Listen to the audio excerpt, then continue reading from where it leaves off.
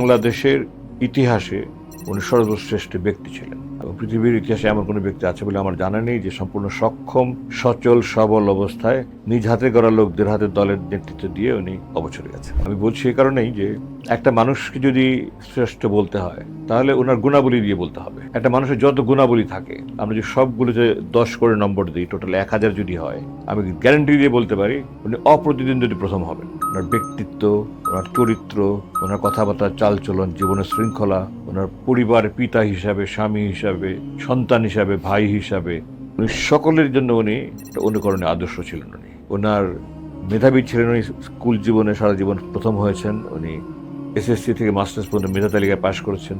বাংলা ভাষা আন্দোলনের জন্য উনি যে অবদান রেখেছেন, বাংলা ভাষায় ওনার মতো অবদান রাখার দ্বিতীয় কোনো ব্যক্তি নাই।